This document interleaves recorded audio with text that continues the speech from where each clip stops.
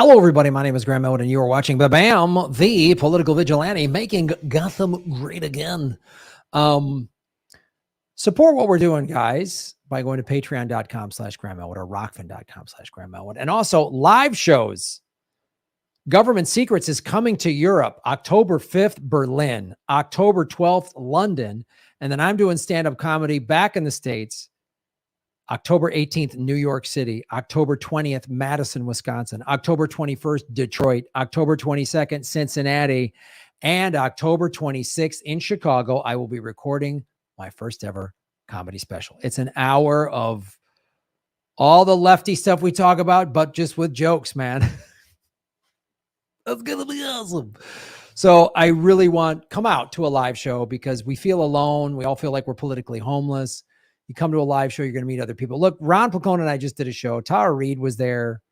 A lot of people were there. So you want to come to the live shows, go to grahamelwood.com for tickets. Another great way to support the show is to send in articles and stuff. Many of you do. That's why I call it the People's Channel. That's why you got to come to a live show. This is the People's Channel. You guys help make this channel what it is. And you send me articles and videos and stuff. And so much of the information I'm able to put out on this show is because of you. And you do this by supporting me at Patreon or Rockfin. So one of the things we talked about on this show is, do protests work? Do peaceful protests work? Some people were like, burn it all down, anarchy, revolution. I'm very leery of that because that's just going to make the police and the militarized police and the state basically just crush us. They would love to just put us in martial law, and the civil war would be awful. People that are gung ho for that have no idea. It's Americans who've never had a war on their soil. They don't know what it is. But then there's also the other side of it, just going like a peaceful protest on a Saturday, nothing gets shut down. You have to make people in power uncomfortable. You have to limit their ability to make money. That's why I'm a huge proponent of strikes. When workers shut down a business, then all of a sudden management has to show up and come to the negotiating table. So this video was sent to me, and I'm not sure if I agree with everything in it, but I want to know what you guys think, because I think it's a worthwhile discussion, even debate to have. So put your comments in the comment section and let me know what you think works and what doesn't. But I wanted to show this because it is important, and we should be figuring out what's the best way to do this. So here we go. City Stream. Get free access to Nebula, the streaming platform built by all your favorite YouTubers. That matters, though. It's what you do with it. And what was done with this protest is really quite interesting. What you're looking at here is at most about 100 people gathered in front of Brett Kavanaugh's house protesting. Back in May, Politico leaked the Supreme Court's decision on Roe v. Wade early, and understandably, people gathered outside conservative justices' homes to voice their anger. They did what protesters do and have always done. They chanted rhyming slogans, held witty signs, and drummed on plastic buckets. Again, this is what it looked like. But what matters isn't so much the protest itself, it's what happened afterwards. A lot of people weren't fans of what they saw. The guy who took this video, Douglas Blair, got invited on Fox News and called it genuinely one of the scariest things I've ever witnessed. And he wasn't the only one. As soon as this video went viral, the condemnation started pouring in. Republicans called Democrats hypocrites for not denouncing this heinous act of violence, with barely enough time to get the words out before the Dems proved them wrong. On Twitter, people did the same thing. Liberals and conservatives alike put their 2 cents in, begging protesters to be sensible and, quote, be civil civically, as one conservative pundit put it. Many came out of the woodwork with the same take. Protesting outside a justice's home is unacceptable. And the conversation became about how people protest, not why. Moments like these are the bread and butter of American politics. Every time a protest happens, conservatives stoke fears about the woke mob and liberals tone police, asking protesters to rise above and not slip into the barbarity of bullies like Trump. The Dems and Republicans use protests as a way to try to call each other out, while simultaneously sending the same message to demonstrators. Stop protesting like that. We don't like it. US politics is rife with this kind of stuff. We saw it with the BLM protest 2 years ago, the Women's March before that, and at least as far back as the 60s when MLK was leading the movement for civil rights. Every time a protest creates even the most minor disturbance, which is the point of a protest, the wheels kick into gear. People get all up in arms and start talking about the end of democracy and the need for civility. So-called comedians like Bill Maher run segments titled "Bring Civility Back into Politics," and politicians like Cory Booker go on talk shows to preach for a return of civic grace. The call for civility suddenly becomes the news item of the moment. But that's not all. After years of this kind of high-roading, the appeal to civility has basically become the Democrats' entire political platform. A platform that's best summarized by Michelle Obama's famous, "When they go low, we go high." The Democrats have become incredibly attached to the idea that following strict social and institutional conventions makes them morally superior to the rest of the rabble, whether that's the protesters doing it the wrong way, or the Republicans they chide for bending the rules and being rude. We saw this philosophy of procedural superiority during Joe Biden's campaign, when he consistently reminisced about the good old days of civil, principled political arguments. Joe longs for a time when, quote, "the Democratic Party still had 7 or 8 old-fashioned Democratic segregationists. You'd get up and you'd argue like the devil with them. Then you'd go down and have lunch or dinner together. The political system worked." You all remember those great times, right? When the political system worked so well and it was full of segregationists. The thing is, buddying up to segregationists aside, this sentiment that Joe is playing on seems reasonable to most people. At the end of the day, we all want to live in a world where we treat each other with civility. A world where every conflict gets resolved with violence or intimidation is awful, and wanting respectful debate to take precedent is normal. Better than normal, it's ideal. But that's not what this is. These calls for civility are not made in a vacuum, and they aren't made with the goal of real democratic resolution in mind. These are cynical demands to do politics through government, an institution politicians know will kill these demands for justice, a place where they will be watered down at best and outright discarded at worst. To understand what I mean, we first need to ask how this whole process works. First and foremost, the appeal to civility tries to draw strict boundaries between what is considered civil and what is considered violent. This is not a neutral process, and it's interesting to see where the lines are drawn by our politicians. Inherent to the idea that civil acts like voting or being elected and debating in Congress are preferable is the idea that they are not violent the way protests can be. But of course, it doesn't take much to see how wrong that is. When protesters gather on Kavanaugh's street, they are doing so precisely to resist violence carried out by the government.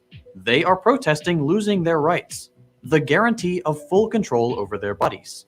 They're protesting the sudden explosion of unsafe abortions and the predictable rise in deaths that will come with it. According to one study, that's going to look like a 21% increase in pregnancy-related mortality across the country, which will be even worse for people of color, with a 33% rise in deaths. That is on top of the fact that the US already has the highest maternal mortality rate in the imperial core. People are protesting the imminent prosecution and possible imprisonment of hundreds, if not thousands, of people. Complications during pregnancy will become more fatal than they were before, with last resort use of abortion as a treatment suddenly off the table in many states. Femicides will go up. This means thousands of preventable deaths and untold preventable suffering. For millions of people, the end of Roe is a sudden, tremendous upsurge of very uncivil, very predictable violence, and a protest in front of a justice's house hardly comes anywhere near it. But if you listen to the way Democrats and Republicans talk about the government, at least in its ideal imagined form, it would never seem that way. The government is never held responsible for this kind of violence. It's always the protesters that are violent. The principled debates in the assembly, the decisions made by the Supreme Court, the enforcement of laws by judges and overly militarized police forces. These are all just procedures. It's civil, it's well organized, it's legitimate, and therefore, even when the consequences are brutal, it's not even really violence. Kavanaugh doesn't deserve all this violence on his doorstep. He deserves to live a normal, peaceful life. All he did was vote in a way that you didn't like, and there's nothing violent about voting. It's easy to see how the contrast between angry people yelling and people in suits talking quietly reflects this idea. And that's the image politicians like to invoke when they're talking about civility. But the state has never been a nonviolent institution, the American government especially. For starters, the liberal regimes most of you watching this video live under are entirely the product of bloody, violent revolutions, like those in France and the US. Nobody voted the king away or acted all that civilly. But that's just the tip of the iceberg. Thousands of early Americans participated in the genocide of Native Americans that is still going on.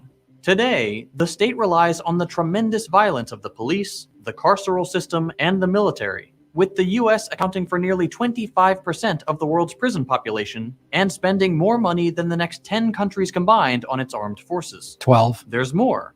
Every day, the governments we live under choose not to end homelessness, poverty, and malnutrition, despite these measures being well within our means, and in so doing, subject millions of people to a more structural form of violence.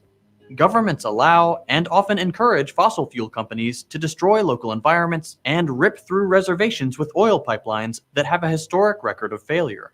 That's more violence. Without needing to go back very far, we can see that the liberal government we live under survived for generations by capturing and enslaving human beings. These same liberal governments also colonized entire continents, crushing their native populations without remorse. And once colonialism was formally ended in many parts of the world, former colonies were kept under the imperial boot in a series of neo-colonial, neoliberal market reforms. At times, governments even carry out direct, very targeted violence against their own people in horrific acts like the move bombings that wiped out an entire block, or the removal of Fred Hampton in his sleep. Government, and specifically the kind of government that you most likely live under, is tremendously violent. It's not civil at all. It's just very efficient and formal with the way it conducts its violence. When politicians are confronted with this evidence, which frankly doesn't happen very often, their last resort is to rely on the idea that this violence is legitimate. The violence may exist, and it may be deplorable, but it is ultimately publicly sanctioned. The way this violence gains its legitimacy in the 21st century is by claiming that all this awful stuff is just what the people want. At the end of the day, in liberal democracies, the government acts as nothing more than a mouthpiece for the will of the public. So if something bad happens, it's just because the people wanted it to, or they just didn't vote hard enough.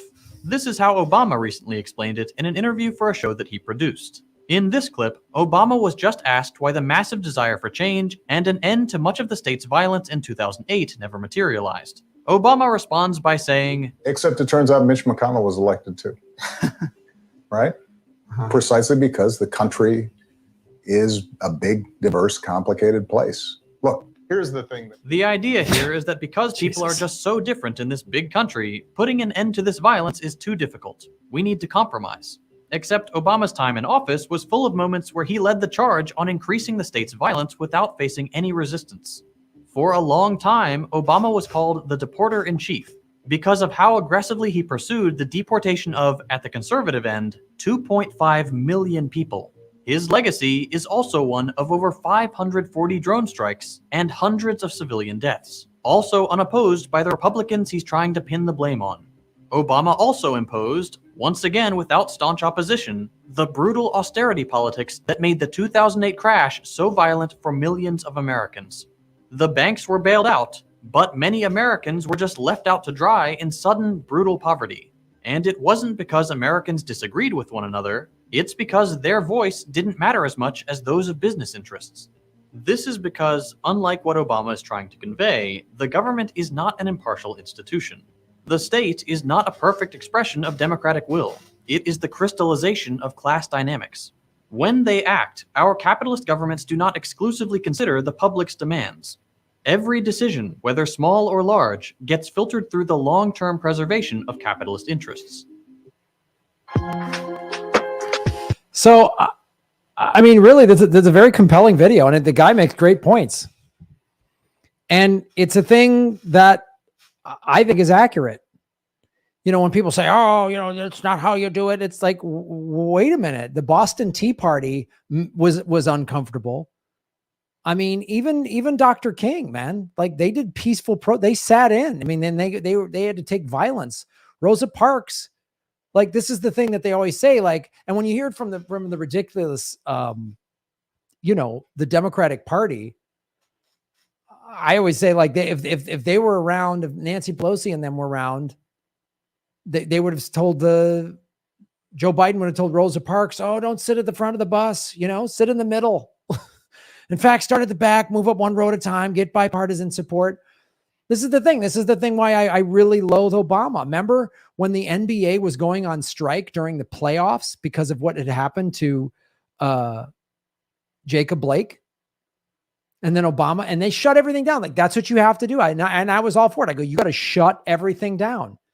Because if the billionaire owner of the Milwaukee Bucks can't make money because his players don't want to play in the playoffs, he's gonna lean on the mayor and the people of Milwaukee. And I know the Jacob Blake was in Racine, which is just down the road from Milwaukee, but they could have, and Obama said, go back to, because Obama protects the power structure. Bill Maher protects the power structure. Bill Maher and Stephen Colbert are millionaires because the billionaire power structure lets them have a voice because their voice doesn't really challenge true power. That's why Bill Maher, blamed Jill Stein. That's why Aaron Sorkin, in that show, The Newsroom, during the height of the Occupy movement, made the Occupy movement out to be a bunch of stupid kids. You have to shut things, and it's Americans willfully ignore their own history. This guy brought up a great point. King George didn't get voted out of office through a peaceful democratic system. We had to go to war with the Brits.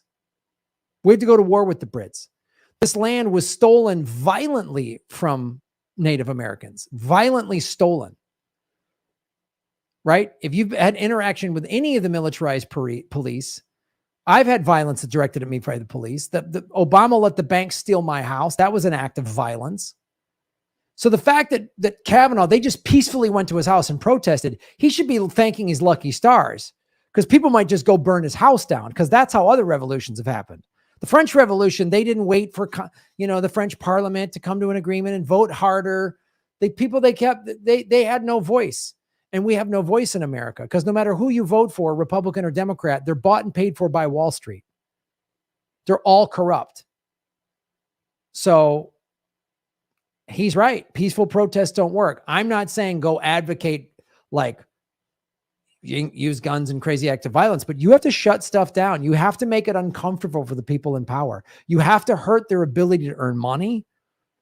You have to impede their ability to have power and control. You have to do that. Look what's happening with Starbucks. Look what they're doing. They're forming unions. And when management is blocking unions, they walk out and go on strike. What are they supposed to do? Vote for more Democrats? The Democrats don't give a shit about unions. They say they do, but they don't. Neither party cares about workers. It's so funny. And whenever you hear Republicans and Democrats, agreeing on stuff, or there's a right way and a wrong way to protest. Oh, really? Yeah, because the Boston Tea Party was actually pollution. You were wasting tea and you were polluting the Boston Harbor. It's pollution. Yeah. Paul Revere was an anarchist. That's what Paul Revere was then, according to today's. Dr. King. Liberals love throwing out Dr. King. They hated him. He was reviled. He was called a traitor and a terrorist and all this stuff.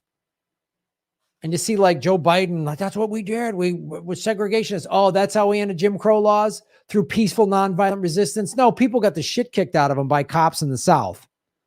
Come on. So this video makes a great point. And